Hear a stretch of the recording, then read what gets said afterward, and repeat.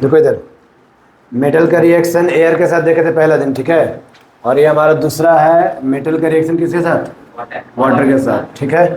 तो मेटल का reaction water के साथ एक ही लाइन होता है, metal plus water is metal oxide and hydrogen gas.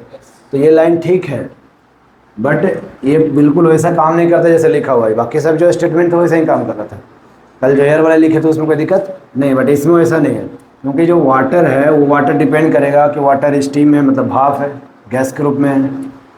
Liquid होगा तो कोल्ड वाटर होगा, चाहे तो हॉट वाटर होगा। तो इस हिसाब से वाटर का 3 फॉर्म बदल जाता है। तो जनरली मेटल के साथ ना वाटर रिएक्ट नहीं करता, मतलब वाटर के साथ जनरली मेटल्स रिएक्ट नहीं करते। कुछ कुछ ही मेटल ऐसे हैं जो कर पाते, नहीं तो जनरली नहीं करते। नॉर्मल वाटर के साथ कौन मेटल रिएक्ट करेगा? नहीं करेगा, ठीक है। बट कुछ कुछ ऐसा कर देते हैं, जैसे तुम्हारा एग्जांपल में ले लीजिए दोनों का। ये दोनों जो ऐसे मेटल है ना, ये दोनों देखे थे ना, वाटर एयर के साथ भी बहुत जल्दी रिएक्ट करता है, जिसके कारण इन लोग दोनों को हम लोग किरोसिन में रखे थे, है ना।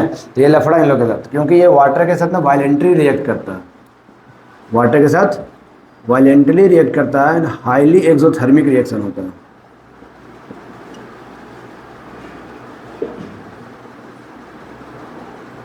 मतलब तुम सोडियम को बाहर निकालोगे ना, और हल्का सा पानी में हवा में नमी रहा, वो फट जाएगा। पानी में डालोगे तो वो पटाख से पूरा आवाज़ करेगा, वो एक्चुअली करता है, ठीक है। हम भी एक बार लैब में करवाए थे ना, तो मेरे हाथ में पड़ गया था रिएक्शन के बाद, तो फोका कर दिया था। मतलब हीट तो है उसके अंदर, देखिए वायलेंटली होते हैं और हाईली एक्सोथर्मिक रिएक्शन होता है। कौन?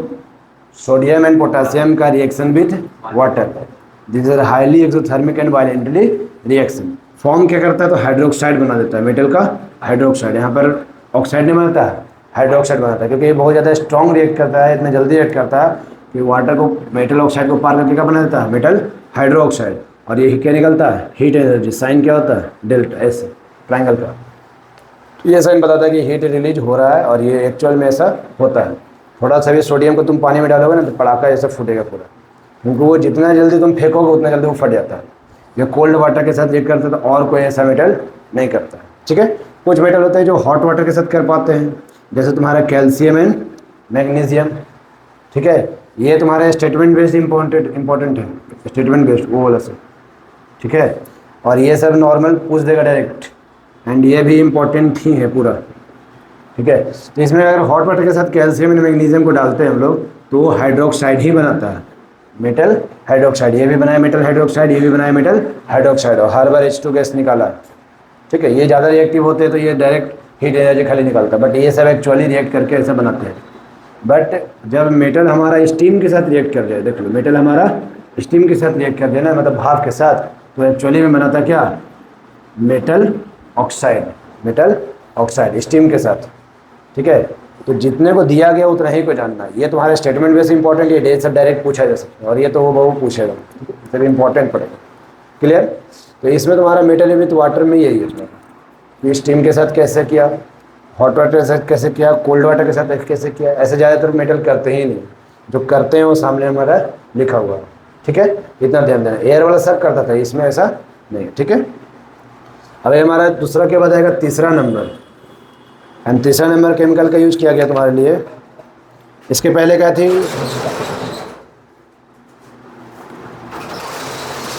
इसके पहले क्या थी? एक्सप्लेन किया हुआ है।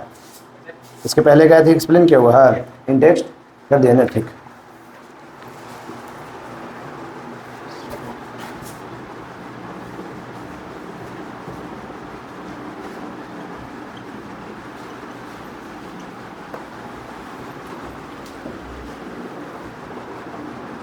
थर्ड नंबर क्या है? मेटल रिएक्ट्स विथ एसिड, ठीक है। सेकंड था कि मेटल वाटर के साथ, तो वाटर में स्टीम फॉर्म, कोल्ड वाटर वाला और हॉट वाटर वाला। तो कोल्ड वाटर के साथ जल्दी रिएक्ट करने वाले हमारे सोडियम पोटासियम, ठीक है। अगेन ये calcium and magnesium hot water के साथ कर पाते हैं, एंड करके मैग्नीशियम हाइड्रोक्साइड, मतलब मेटल का हाइड्रोक्साइड ही बना रहे हैं। ये दोनों भी मेटल का हाइड्रोक्साइड ही बना रहे हैं। But again aluminium and ferrous, जब वो स्टीम के साथ, गैस देख लो, ये लिक्विड है और ये क्या है? गैस करता था, तो ऑक्साइड बनाता है, ठीक है। तो क्वेश्चंस डायरेक्ट रहेंगे, ये क्वेश्चन स्टेटमेंट से पूछा जाएगा, तो इसको ध्यान देंगे। अगेन है हमारे पास मेटल रिएक्ट विथ एसिड। ये वाला चैप्टर को, इस वाले टॉपिक, मतलब इस वाले रिएक्शन को पिछले चैप्टर में पढ़े थे, एसिड एंड मेटल रिएक्शन, ठीक है। तो मेटल रिएक्ट विद एसिड क्या बनाता है, मेटल जब एसिड के साथ रिएक्ट करता था तो बनाता था मेटल का salt plus H2 gas plus H2 gas. तो इसमें ज़्यादा कुछ देगा नहीं तुम्हारा, ठीक है, क्योंकि ये तुम्हारा पढ़ा हुआ चीज़ है। अब जो चीज़ आता है जैसे न्यूट्रलाइजेशन रिएक्शन, तो अब न्यूट्रलाइजेशन से पढ़ाया नहीं जाएगा, डायरेक्ट दे देगा। तो अगेन मेटल सॉल्ट क्या होता था, मेटल का नाम एंड सॉल्ट एसिड का फैमिली, है ना। एसिड का फैमिली जैसे HCl पढ़े हैं तो क्लोराइड फैमिली से, H2SO4 पढ़े हैं तो सल्फेट फैमिली से, HNO3 पढ़े हैं तो नाइट्रेट फैमिली से, CO3 कार्बोनेट, HCO3 कार्बोनेट, ठीक है। तो इस हिसाब से जितने एसिड आएंगे उसी हिसाब से लगा देंगे हम लोग, ठीक है। अभी देखो इस चीज़ को ध्यान दें, मेटल एंड एसिड के साथ ये बना देता है। तुम्हारे बुक में जो दिया है कुछ कुछ के साथ तुमको खुद करना है, एग्जाम्पल नहीं दिया यहाँ पे। राइट द रिएक्शन, तुमको मैग्नीशियम के साथ बताना है, मैग्नीशियम प्लस HCl क्या बनेगा ये तुमको कंप्लीट करना है, ठीक है। क्या बनाएगा, MgCl2 प्लस H2 गैस, ठीक है, बना लेगा। एल्युमिनियम के साथ करके दिखा देना,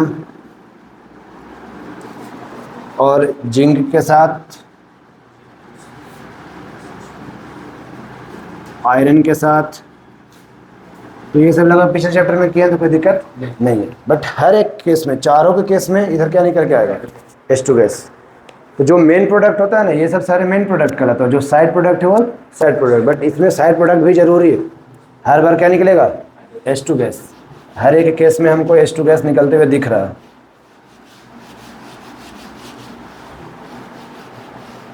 ठीक है। तो हर बार H2 गैस हमारा निकल रहा है यहाँ पे। बट कुछ एक्सेप्शन केस में बोलता है, hydrogen gas is not evolve when a metal reacts with nitric acid. एक केस ऐसा है जहाँ पर मेटल किसके साथ रिएक्ट कर जाए, एसिड में भी कौन सा, nitric acid, nitric acid that is HNO3, कौन सा, HNO3। ये H2 गैस, ये H2 गैस नहीं देता है, ठीक है। मतलब सारे मेटल तो दे पा रहे हैं बट HNO3 नहीं दे पाता। वाई, बिकॉज HNO3 के बारे में जानेंगे ना, तो ये होता है हाईली, होता है मोस्ट ऑक्सीडाइजिंग एजेंट। क्या लिखता है यहाँ पे, हाँ, स्ट्रॉन्ग ऑक्सीडाइजिंग। तो ये क्या है, स्ट्रॉन्ग ऑक्सीडाइजिंग एजेंट होता है, स्ट्रॉन्ग ऑक्सीडाइजिंग एजेंट। होता क्या है कि जब मेटल नाइट्रिक एसिड के साथ रिएक्ट करता है तो हाइड्रोजन गैस तो बनता है, ठीक है, बनता तो है। बट ये स्ट्रॉन्ग ऑक्सीडाइजिंग एजेंट होने की वजह से वही वाटर, सॉरी वही हाइड्रोजन अगेन ऑक्सीडाइज होकर क्या बना देता है, वाटर बना देता है, ठीक है। रिएक्शन होता है बट H2 के जगह क्या निकलता है, H2O, क्योंकि presence of, due to presence of strong oxidising agent nitric acid. इसके चलते वाटर भी ऑक्सीडाइज होके, सॉरी हाइड्रोजन भी ऑक्सीडाइज होके क्या बन जाता है, H2O, ऑक्सीजन का ऐड हो गया वहाँ पे, ठीक है। यहाँ से देखोगे नाइट्रिक एसिड के साथ नहीं देता क्योंकि एक स्ट्रॉन्ग ऑक्सीडाइजिंग एजेंट। तो होता क्या है, it oxidises the H2 to produce the water and itself get reduce to any of the nitrogen N2NO। वे खुद रिड्यूस होके अपना ऑक्सीजन उधर दे देता है। अगेन है, यू मस्ट ऑब्जर्व, ये नहीं यहाँ पर नहीं, बट कुछ मेटल ऐसे भी है, इतने में भी मेटल नाइट्रिक एसिड के साथ नहीं करते हैं, बट कुछ मेटल जैसे Mg एंड Mn, Mg मतलब मैग्नीशियम और Mn बहुत बड़ा है, manganese, react with very dilute HNO3। मतलब ये HNO3 के साथ रिएक्ट करते हैं बट वेरी डाइल्यूट होना चाहिए, वेरी डाइल्यूट। वेरी डाइल्यूट का मतलब, कंसनट्रेटेड का मतलब एसिड बहुत बहुत बहुत ज़्यादा होगा, और डाइल्यूट का मतलब बहुत बहुत कम होगा। तो जब मैग्नीशियम और मैंगनीज के साथ बहुत ही कम वाला HNO3 डालते हैं ना, तो रिएक्ट करके H2 गैस रिलीज कर देता है, ठीक है। जो NCERT में रिएक्शन है उसी को जानो, इंपॉर्टेंट है, वो अच्छे से आता है, काम करेगा तुम्हारा, क्लियर। अब हम लोग देखेंगे नेक्स्ट, जो तुम्हारा 4th नंबर पॉइंट है, that is metal react with metal salt, metal salt. Metal react with metal salt. What is metal salt, तो मेटल का सॉल्ट, मेटल का नाम और एसिड का फैमिली, यही वाला ना है। मेटल ही मेटल के सॉल्ट के साथ रिएक्ट करेगा, मेटल ही मेटल का ही सॉल्ट होना चाहिए था। मेटल है और ये मेटल का सॉल्ट है, कौन सा रिएक्शन, ये डिस्प्लेसमेंट रिएक्शन है। डिस्प्लेसमेंट है, नॉर्मल है, मेटल मेटल आ रहा है बार बार ना, इट मीन सीधा आपको डिस्प्लेसमेंट ही, ठीक है। मतलब ये भी रिएक्शन पड़ा हुआ हमारे लिए, ये भी रिएक्शन पड़ा हुआ था और ये भी पड़ा हुआ, ठीक है। और इसमें भी कुछ हमको पढ़ना वढ़ना नहीं है।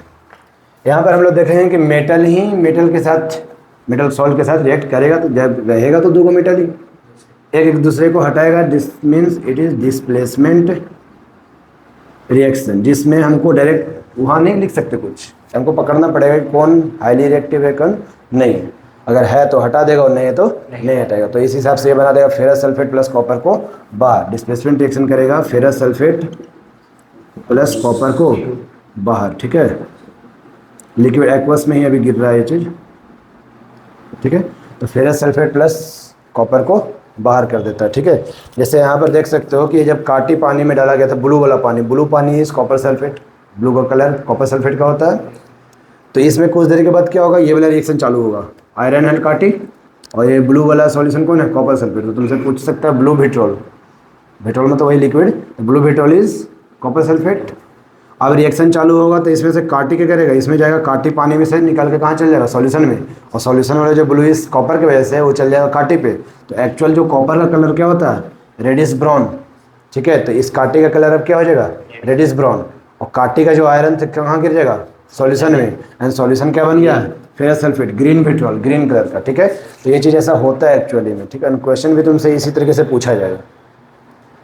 तो कलर के साथ जो हम बता रहे हैं कि ये रेडिश ब्राउन होगा, ये ग्रीन होगा, ये ब्लू होगा, तो सब चीज़ ध्यान में रखना। ठीक है, और इसके बनाने के लिए सबसे मतलब इसके इम्पॉर्टेंट जो चीज़ है वो है रिएक्टिविटी सीरीज, जो इसके पहले चैप्टर में पढ़ाए हैं तुम लोग को। तो रिएक्टिविटी सीरीज एक बार और फिर से देख लेना, एंड डिस्प्लेसमेंट रिएक्शन को एक बार रिवाइज कर लेना, क्योंकि 1, 2, 3 चैप्टर तीनों केमिस्ट्री के रिएक्शन वाला ही चैप्टर है। जितना रिएक्शन लिखे थे ना बक्सा बक्सा बना के पेपर पे, उसमें ये सब सारे को ऐड कर लेना। ठीक है, कंप्लीट हो जाएगा। चलो इसके बाद इंटेक्स सीधा पड़ता है, तो इंटेक्स क्वेश्चन पे आ जाओ। देखो, why sodium immersed in kerosene water, sodium को केरोसिन वाटर में डुबा कर क्यों रखते हैं, हाँ, because it react very fast with the air, है ना। ये रिएक्ट बहुत जल्दी कर लेते हैं एयर के साथ, नॉर्मली तुरंत कर लेगा, तुरंत निकालेगा मतलब कर लेगा, तो तुम्हारे लिए हार्मफुल हो जाएगा। ठीक है, लैंग्वेज बना के लिखोगे। Write the equation for the reaction, equation लिखना मतलब ये केमिकल रिएक्शन लिखना। Iron with steam, iron with steam पढ़ाएं अभी, जस्ट अभी पढ़ाएं। आयरन विथ स्टीम, आयरन का ऑक्साइड एंड H2 गैस, इसके पहले वाला में। ठीक है, अगेन है calcium and potassium with water. देखो ये भी लिखे थे, calcium and potassium with water, calcium plus water, तो ये पता है कि कैल्शियम हाइड्रोक्साइड बनाता है ना। और जब तुम्हारा के को बोला है वाटर के साथ, ये तो हाईली रिएक्टिव वाला है, ये तो डायरेक्ट बना देता है KOH, है ना। ठीक है, वायलेंट रिएक्ट करता था, और हाईली एक्सोथर्मिक होता है वो वाला। अगेन देख रहे हैं, sample of 4 metal ABCD, ABCD क्या है, ABCD चारों के चारों 4 तरह का मेटल है, और तुमको कुछ केमिकल दिया गया। पहला केमिकल कौन वाला ऊपर में, आयरन सल्फेट FeSO4 दिया गया, पहला केमिकल। दूसरा केमिकल क्या है, CuSO4। पहले टेबल को समझो, ये क्वेश्चन ऐसा है ना कि तुमको अंतिम तक पूरे टेबल को समझ रखना होगा, नहीं तो नहीं बनेगा। अगेन है जिंक सल्फेट, है बहुत आसान सा, बाकी कंसंट्रेशन बनाए रखना होगा। ठीक है, अगेन है सिल्वर नाइट्रेट AgNO3। तो लगभग हमारे पास 4 केमिकल्स हैं, 4 गो मेटल सॉल्ट है। देख लो, मेटल सॉल्ट, मेटल का सॉल्ट है, मेटल का ही सॉल्ट, मेटल का ही सॉल्ट है, इधर भी मेटल है। तो कौन सा रिएक्शन होगा हर बार, डिस्प्लेसमेंट, हर बार डिस्प्लेसमेंट। तो ये इससे रिएक्ट होने गया तो लिखता नो रिएक्शन, मतलब रिएक्शन ही नहीं हुआ यहाँ पे। ये इससे रिएक्ट होने गया और रिएक्ट नहीं हो पाया। What the reason, what is the reason, reason क्या होगा, रीजन क्या होगा कि Fe को A जाके हटा नहीं पा रहा है। It means Fe is highly reactive then A। इसका मतलब हो रहा है कि Fe जो है हाईली रिएक्टिव देन A है। रिएक्टिविटी सीरीज वाला टेबल खोलो, पीछे रिएक्टिविटी सीरीज वाला टेबल खोलो। हाँ नहीं वो ठीक है, याद कर लिया, अलग बात है। देखो फेरस के नीचे का बोला ना, तो फेरस के नीचे लीड और हाइड्रोजन है और कॉपर ये सब भी है। तो हाइड्रोजन तो एक बेस है ना, उसको नहीं देखते। फेरस के नीचे अभी तक लीड दिखा, तो फेरस के नीचे कोई भी हो सकता है यहाँ से। ठीक है, आगे देखते हैं। तो ये तो पता चलेगा कि लेस रिएक्टिव रिएक्शन नहीं हुआ। तो अगर ये फेरस के नीचे है और कॉपर सल्फेट में जब हम डालें, इसी A को कहाँ डालना है, कॉपर सल्फेट में, तब क्या हो रहा है, डिस्प्लेसमेंट हो गया, मतलब यहाँ पे हो गया, मतलब कॉपर से ऊपर। तो देखो कौन सेलेक्ट हुआ, फेरस से नीचे, आयरन से नीचे एंड कॉपर से ऊपर is lead, lead he select हुआ। मतलब ये लीड है, ये क्या है, लीड है। जो पकड़ में आया उसको लिख देना, इसको बात खत्म करो, बाकी जो लिखता है सो कर दो। और क्या लिखा है, ZnSO4 के साथ क्या लिखा है, कुछ नहीं, तो तुमको बताना है। तो ZnSO4 के साथ होगा, रिएक्टिविटी से चेक करो, ZnSO4 नहीं, ये तो इससे भी ज़्यादा, मतलब ये भी नहीं होगा और इससे हो जाएगा, ठीक है। अगेन बी के बारे में देता है कि बी जो है ना, अगर इसमें हम डालें, बी जब इसमें हम डालें तो डिस्प्लेस कर गया, इट मीन्स ये इससे तो ऊपर है, आयरन से ऊपर है, तो आयरन से ऊपर है तो यहाँ तो होबे करेगा। और जिंक सल्फेट में वापस से बोल दिया नहीं, मतलब जिंक से नीचे, तो आयरन से ऊपर, जिंक से नीचे, आयरन से ऊपर कोई है ये नहीं है, हाँ तो खुद जिंक हो सकता है, ऐसा भी है। आयरन से ऊपर और जिंक से नीचे कोई है नहीं, मतलब जिंक ही होगा। जो इसको नहीं करेगा, जो इसको कर लेगा इसको नहीं करेगा, जिंक जिंक में कोई रिएक्शन तो है नहीं दिखेगा और ये हो जाएगा, ठीक है। अगेन बढ़ते हैं सी पर। सी वाला गया, इसमें नो रिएक्शन, नो रिएक्शन करने के मतलब सी इज लीस्ट रिएक्टिव, इससे तो नहीं होता, सी इज, इससे भी नहीं हो रहा है, कॉपर सल्फेट, कॉपर से भी नीचे चल गया, इससे भी नहीं तो हुए नहीं करेगा, और इसमें हो गया। कॉपर से नीचे सिल्वर से ऊपर, कॉपर से नीचे सिल्वर से ऊपर, डेट इज मरकरी, तो ये कौन हो गया, Mg, है ना।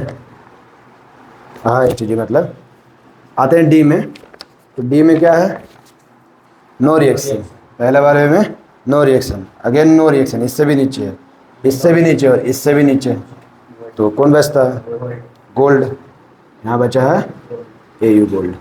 अब हमारे पास चारों चीज़ रेडी हो चुका है, तो इतने सारे स्टेटमेंट्स हैं, हम इस बातों को निकाल पाए हैं नॉर्मल डिस्प्लेसमेंट रिएक्शन के कंसेप्ट से, ठीक है। कोई क्वेश्चन बड़ा नहीं है, अब खाली फटाफट answer, which is the most reactive metal, तो सबसे मोस्ट रिएक्टिव मेटल कौन दिख रहा है, जिंक। चारों तैयार है तो बता ही सकते हैं।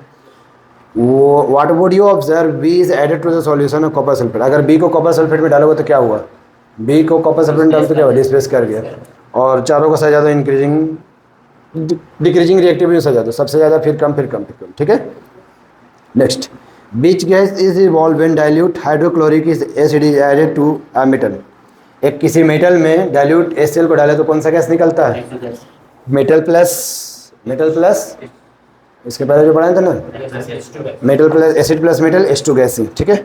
बोलता है right the chemical reaction when the iron react with the dilute HCl, iron react with the dilute HCl, बना दो मेटल का salt, that is FeCl3 and कौन सा H2 गैस, ठीक है, डायरेक्ट ऐसे, सॉरी H2SO4 के साथ करवाया था, Fe प्लस H2SO, हाँ सल्फ्यूरिक एसिड, कोई दिक्कत नहीं, FeSO4 बना देगा एंड H2 गैस, कुछ भी बना देगा, तो अब बनाने आ गए तुम लोग रिएक्शन, अब दिक्कत नहीं करेगा। What would you observe when zinc is added to the solution of iron to sulfate, क्या तुम देख पाओगे जब जिंक को आयरन टू सल्फेट में डालते हैं, यहाँ से भी देख सकते हो, जिंक है इसमें डालने को बोल रहा, तो क्या होता है, डिस्प्लेसमेंट हो जाता है, because zinc is highly reactive than that, right the chemical reaction takes place, लिखा जाएगा, ठीक है। The colour of zinc sulphate is, zinc sulphate का कलर शायद से वाइट होता, वाइट, देख लेना, रिएक्शन लिखते समय कलर इंपॉर्टेंट, सबको जहाँ से तुमको मिलता है चेक कर लेना, नहीं पढ़े, ठीक है। जिंक सल्फेट का कलर वाइट, ठीक है। कोई क्वेश्चन में दिक्कत अभी, एक टॉपिक और बता देते हैं खाली, फिर next day.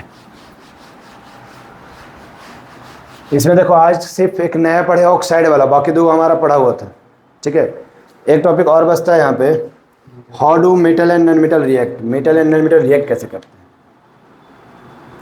Topic is how do metal and non metal reacts. तो एक बात आता है यहाँ पर, रिएक्ट करने का मतलब, रिएक्ट करने का मतलब क्या समझते हो, कोई चीज़ किसी से रिएक्ट करे, चलो वो तो हटाओ, मेटल नॉन मेटल के पढ़ना अलग बात हुआ, कोई चीज़ किसी से रिएक्ट करने का मतलब क्या समझते हो, कि they are binded with a bond, वो किसी न किसी बॉन्ड की वजह से बंध जाते हैं, है ना। अगर Na के साथ रिएक्ट कर पा रहा है, इट मीन्स Na और Cl के बीच में कोई ना कोई बॉन्ड है, कोई ना कोई फोर्स ऑफ अट्रैक्शन बन रहा है, तभी वो रिएक्शन हो पा रहा है, ठीक है। रिएक्शन करने का मतलब यही होता है, वो एक दूसरे के साथ जुड़ गया, क्या चीज़ से जुड़ा, बीच के कोई ना कोई बॉन्ड से या फिर कोई ना कोई फोर्स ऑफ अट्रैक्शन से, ठीक है। जुड़ने का मतलब ये, तो रिएक्शन का मतलब यही होता है कि एक दूसरे से जुड़ गया, ठीक है। अब तोड़ना है, तो तोड़ते समय तुम देखे थे कि अगर हम CaCO3 को तोड़ते हैं तो यहाँ पे हीट देते हैं, CO को तोड़े, CO2 को तोड़े थे तो यहाँ पे हीट दिए थे, सनलाइट वाला, क्या भी इलेक्ट्रिसिटी देते थे। NaCl को तोड़ने के लिए क्या देते थे, इलेक्ट्रिसिटी। तो हर बार देख रहे हैं कि तोड़ने के लिए क्या दे रहे हैं, कुछ ना कुछ एक्स्ट्रा चीज़ दे रहे हैं, एनर्जी दे रहे हैं, क्यों, क्योंकि इन दोनों के बीच में बॉन्ड होगा, एंड दैट बॉन्ड हम लोग रिएक्शन के रूप में पढ़ते हैं कि रिएक्शन करवाए, रिएक्शन करवाने का मतलब है तो कोई ना कोई बॉन्ड बना देता है, एंड ये दो तरीके का बॉन्ड होता है हम लोग के पास, that is ionic bond and दूसरा कोवैलेंट बॉन्ड, ठीक है। तो आयोनिक बॉन्ड अभी पढ़ना है and covalent bond next chapter में तुमको मिल जाएगा, क्योंकि जो मेटल हैं वो 1 2 3 इलेक्ट्रॉन डोनर दे देगा किसी को, और इलेक्ट्रॉन लेने वाले नॉन मेटल चाहे तो 1 2 3 मेटल इलेक्ट्रॉन ले लेगा। बट ऐसे भी तो एलिमेंट है जो ना ही लेता और ना ही देता है। सबसे बेस्ट एग्जांपल कौन है उसमें? कार्बन का बाहर में कितना होता है? कार्बन होता है 6 पर 2 4, तो कार्बन का बाहर में कितना है 4, तो ना किसी से ले सकता हो ना किसी से दे सकता है ना। तो ये क्या करेगा? तो ऐसे केस में हम लोग को इसको पढ़ना होगा, ठीक है। तो हम लोग देख रहे हैं कि कोई भी चीज़ रिएक्ट करने का मतलब होता है बीच में वो फोर्स ऑफ अट्रैक्शन बनना, बॉन्डिंग बनना है। बॉन्डिंग कितने तरीके से बनता है? 2 तरीके से, आयोनिक बॉन्ड नहीं तो कोवैलेंट बॉन्ड। तो याद रखेंगे मेटल एंड नॉन मेटल कौन सा bond? Ionic bond. Metal and metal कौन सा? Ionic bond. But carbonic compound जितने भी होंगे और कार्बन वो क्या बना देंगे? कोवैलेंट बॉन्ड, ठीक है। तो उसको देखते हैं कार्बनिक कंपाउंड में ले लेते हैं CO2 वाले को, ठीक है। अभी खाली कंपेरिजन के लिए, अभी नहीं पढ़ना, अभी तुरंत हमको मिलेगा, है छोटा सा कंपेरिजन के लिए दे रहे हैं, ठीक है। यहाँ पे आएगा कार्बन हमारा, तो कार्बन के बाहर में क्या गो? 4 इलेक्ट्रॉन कार्बन का। ऑक्सीजन के बाहर में क्या गो? 6 इलेक्ट्रॉन। ऑक्सीजन के बाहर में क्या गो? 6 इलेक्ट्रॉन, ठीक है। तो एक्चुअल पहले मीनिंग समझो, आयोनिक बॉन्ड का मतलब होता है क्या? आयोनिक बॉन्ड क्या होता है? Electrons are transferred, electron are transferred. Actually ionic bond में इलेक्ट्रॉन ट्रांसफर कर दिया जाता है, अपने से निकाल कर दूसरे को दे दिया जाता है, वो वापस नहीं मिलेगा। बट यहाँ पे क्या होते हैं? यहाँ पे होते हैं electrons are shared, electrons are shared. इसमें इलेक्ट्रॉन शेयरिंग पे है ना। शेयरिंग करने का मतलब जहना चाहे अपना शेयर हम ले सकते हैं। इसमें हो क्या रहा होगा? कार्बन अपना 8 कंप्लीट करना चाहेगा, तो 2 इस ऑक्सीजन वाले ले लेगा और 2 इस ऑक्सीजन वाले ले लेगा। तो ऑक्सीजन भी बोला कि आप मेरा 2 लिए, तो आपका भी 2 हम रखेंगे, और इधर से भी ऑक्सीजन 2 रखेगा। तो इससे क्या हुआ? एक बॉन्डिंग तैयार हो जाता है और CO2 बना रहता है ऐसे। बट जिस दिन ये लोग चाहेगा अपना अपना अलग हो जाएगा आसानी से, इसको दिक्कत नहीं है। आते हैं यहाँ पे, तो यहाँ पे देखेंगे हम लोग NaCl, डेट इज Na+ और Cl- होता है। ये सब कैसे रेट करते थे? Na के बाहर में कोई भी इलेक्ट्रॉन का साइन दो अपने मन से, ठीक है। और क्लोरीन का कितना बाहर में? 7 होता है। इसका अलग साइन से इलेक्ट्रॉन दिखाते हैं। मान लो इसको क्रॉस साइन से दिखाते हैं, इसको दिखाएं सर्कल साइन से, इसको दिखाएंगे क्रॉस साइन से। इसका 7 इलेक्ट्रॉन, इसका बाहर में 1 इलेक्ट्रॉन। तो ये इलेक्ट्रॉन देगा, क्योंकि ये मेटल है, मेटल इलेक्ट्रॉन देगा किसको? नॉन मेटल को। इस हिसाब से क्या होगा? Na जो है प्लस में चला जाएगा और Cl किधर चल जाएगा? माइनस में। और ये बना दिया हमारा कौन सा कंपाउंड? NaCl। ये ऐसे बना के दिखाना पड़ेगा तुमको बार बार। इसको बोलते हैं इलेक्ट्रॉन डॉट स्ट्रक्चर। क्या बोलेंगे इसको? इलेक्ट्रॉन डॉट स्ट्रक्चर से तुमको बना के दिखाना है ये चीज़ को, है ना। एक और देख लेते हैं, एक और बना लेते हैं किसका? MgCl2 का बना लो। MgCl2 का क्या? इलेक्ट्रॉन डॉट स्ट्रक्चर, ठीक है। MgCl2 का इलेक्ट्रॉन डॉट स्ट्रक्चर क्या होगा? Mg का बाहर में क्या गो? 2 लगा दिए थे, देखो। एंड क्लोरीन Cl2, तो 2 बार क्लोरीन है। एक क्लोरीन के बाहर क्या गो? 7 इलेक्ट्रॉन। दूसरा क्लोरीन के बाहर में भी क्या गो? 7 इलेक्ट्रॉन। तो एगो इसको दे देगा, एगो इसको दे देगा। इससे बनाएगा Mg2+, और Cl तो माइनस में ही होता है, एंड 2 उसके लिए, ठीक है। कहाँ पे? यहाँ पे, यहाँ पे, इधर ना ऐसे नहीं, ठीक है। ये हुआ MgCl2। तो ये हुआ इलेक्ट्रॉन डॉट स्ट्रक्चर। तुम किसी का भी बना सकते हो। एंड ये किसके साथ बनेगा? सिर्फ और सिर्फ मेटल एंड नॉन मेटल के साथ। कहने का मतलब जिसके पास प्लस और माइनस है, जिसके पास प्लस और माइनस है तभी ये बन पाएगा, नहीं तो नहीं बन पाएगा। तो ये हो गया आयोनिक बॉन्ड, जो सिंपल सा है, इसके बाद कभी मिलने वाला नहीं है। कार्बन के लिए कोवैलेंट बॉन्ड अलग से मिलेगा, पूरा चैप्टर है, इस पर पढ़ना पड़ेगा तुमको, ठीक है। तो उसको खाली सामने सामने हम दिखाएं, इसका यूज है अभी छोटा नहीं है वो, अभी देखेंगे हम लोग, ठीक है। क्योंकि इसमें जो पॉइंट है ना, इसका जो पॉइंट है प्रॉपर्टीज़ ऑफ आयोनिक बॉन्ड, क्या है? Properties of ionic bond. एक चीज़ देखो, हम अभी बोले इसमें इलेक्ट्रॉन ट्रांसफ़र हो जाता है और इसमें इलेक्ट्रॉन शेयर रहता है, जाना चाहे इतना ये ले लेगा। बट इसमें ऐसा नहीं, ट्रांसफ़र एक बार हो गया तो हो गया। It means ionic bond are very strong, ionic bond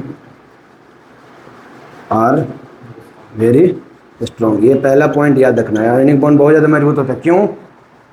because of electron transfer, because of positive और नेगेटिव चार्ज ट्रांसफ़र करने की वजह से। जहाँ पे पॉजिटिव निगेटिव है ना तो अट्रैक्शन बहुत ज़्यादा हो जाएगा, और यहाँ पर कोई पॉजिटिव निगेटिव खेला नहीं है। तो जब हम लोग आएगा ना क्वेश्चन कि कोवैलेंट एंड आयोनिक छाटिए, अलग कीजिए, डिफरेंस कीजिए, तब बोल लिखना उसमें कि क्या, कि अब covalent bond is not as strong as ionic bond. ये बहुत ज़्यादा स्ट्रॉन्ग होता है, क्यों? Because of positive and negative charge transfer, या फिर because of force between positive and negative charge, इसके वजह से स्ट्रॉन्ग होते हैं एक्चुअली।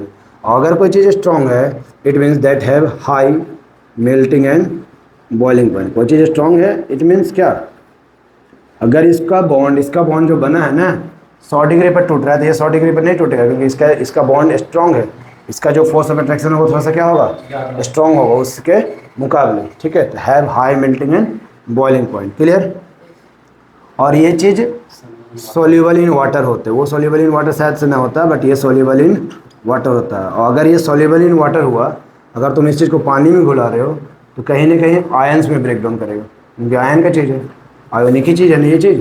अगर हम NaCl को पानी में घुलाएं तो क्या बनेगा, आयंस बनाएंगे। देखते हैं ना, पानी में नॉर्मल पानी इलेक्ट्रिसिटी कंडक्ट नहीं करता, बट नमक वमक डालते तो करने लगता है। क्यों करने लगता है? क्योंकि आयंस आ गए। तो ये बोलता है कंडक्ट इलेक्ट्रिसिटी, कंडक्ट इलेक्ट्रिसिटी। ये इंपॉर्टेंट पॉइंट्स है, याद रखोगे। एंड इसके हेल्प से तुम कोवैलेंट बॉन्ड का भी प्रॉपर्टीज लिख सकते हो। कोई इलेक्ट्रिसिटी कंडक्ट नहीं करेगा, सॉल्युबल इन वाटर नहीं होगा, low melting point boiling point होगा, एंड वहाँ पर इलेक्ट्रॉन का शेड होता है, ठीक है।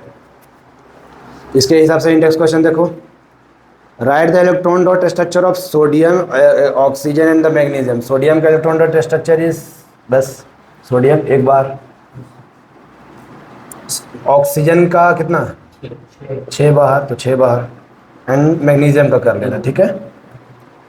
So the formation of Na2O and the MgO by the transfer of electron, ये वाला काम करना।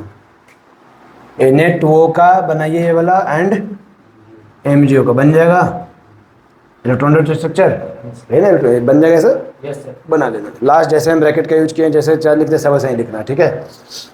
आगे देखते हैं, what are the ions present in this compound. ये आयंस प्रेजेंट है, कौन से आयन थे, ये दोनों कंपाउंड में कौन कौन सा आयन है? तो यहाँ पर है सोडियम आयन और ऑक्सीजन का आयन, ऑक्साइड आयन, ठीक है। मैग्नीशियम आयन और ऑक्सीजन का आयन, ठीक है, ऑक्साइड आयन। अगेन है, why ionic bond have high melting point. Ionic bond के पास हाई मेल्टिंग पॉइंट क्यों होता है?